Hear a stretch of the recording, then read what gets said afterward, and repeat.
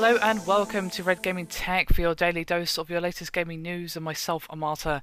Today is still the 14th of November and this time I'll bring you some more news on the PS4 as a number of early owners of the console are reporting various display problems with it, and there are at least 4 claims of broken consoles being posted online, 2 from games websites such as Kotaku and IGN, and 2 competition winners. Now this number does represent a small but hardly negligible percentage of systems already available at launch. Now, hardware issues are common and expected with new game system due to the unavoidable inefficiencies of new production yields. Of course, we had similar problems with this generation and even the generation before that, so we should be expecting these sort of problems to arise for both consoles, but it doesn't bode well that this is happening already. Now, the first issue was reported, as I said previously, by Kotaku and their editor Stephen Totillo, who claims, quote, "The first retail PS4 we got from Sony didn't work. In the past week, my Kotaku colleagues and I have used one pre-release PS4 and 3 retail PS4s with no problems. I've also heard from fellow gaming reporters who have used their PS4s with no problems.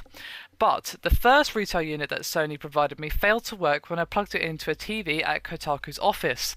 A colleague and I were able to compare it to a second PS4 that did work, and we found that the issue was rather simple. The bad unit had a faulty HDMI jack that we couldn't fully plug a HDMI cable into. It couldn't make a solid connection and therefore apparently couldn't transmit a stable signal to our TV. We tried different cables and monitors. The issue was with the console. Again, to be clear, the other 4 units we've tested firsthand have worked fine." So basically, 1 out of the 5 consoles that they tested had a problem, and it wasn't a issue with the hardware, it was a faulty HDMI jack. Well, that's not exactly a good thing because, well, if the HDMI jack don't work, well, you're jack out of luck basically because, well, you can't get it to your TV and you can't use your console. So it's a pretty bad error, but it's at least not something to do with the hardware like overheating or what have you. So the second claim from a Reddit user who goes by the name of Oregon, who was a winner of a competition run by Sony and Taco Bell to get his hands on an early PS4. And he said, quote, "When I turn on my console, it just sits there pulsing blue. As far as I can tell, it is supposed to turn white, but it isn't doing that. There's no signal on my TV either, and IGN later reported that it suffered a similar issue with one of their retail PS4 consoles, and they said, quote, "IGN experienced the same issue, but it happened after the console was already working. It may not have contributed to the issue, but I'll stop working the morning after we updated to version 1.50. Furthermore, IGN tried a wide variety of methods to correct the issue: new HDMI cables, new inputs, new TV, putting a disc into the system, connect it to and from the internet, and of course, holding down the power button during boot up for 7 seconds to try to reset things.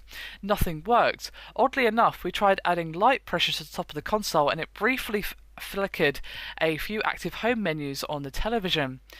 Now, this is not a clear indication, guys. I just want to stress it's not a clear indication that the first waves of PS4s will have a high failure rate as pre-launch versions. Kotaku did note that every other retail system it's tried has worked, and another Reddit user who won a PS4 did report that after a few login issues, the console is operating as desired. Now, people have reached out to Sony for comments, so we should be getting an official statement regarding this very, very soon, but at the time of recording, they have not responded just yet. So there you have it. A small number of people are having problems. Now, this isn't any indication of what's going to happen when the console actually releases, but as I said previously, hardware problems are kind of expected for any console launch. I'm sure many of us have not forgotten what happened with this generation. I don't think any names need to be named. We all know what we're talking about here. But let's just hope this doesn't become a huge thing. I think this is going to be a minor hiccup, but of course I can't predict the future. I'm not psychic, I have no idea. I'm just crossing my fingers and hoping that neither console suffers any big problems. A few consoles having issues is kind of to be expected in the first run. I would be extremely surprised to see if these are the only problems for the only console coming out now. Problems are to be expected in the first few months. Let's just hope it doesn't become a huge thing. If it's just a small number, I think we can say and agree that we've had it easy compared to the previous, this current generation. So Fingers crossed we get a statement from Sony soon, but until they do give a statement, there's nothing really to be made of this, just keeping you guys updated as I do like to do. Anyway, that is me done for this video. Hope you've enjoyed it. Thank you very much for watching, and I'll see you next time.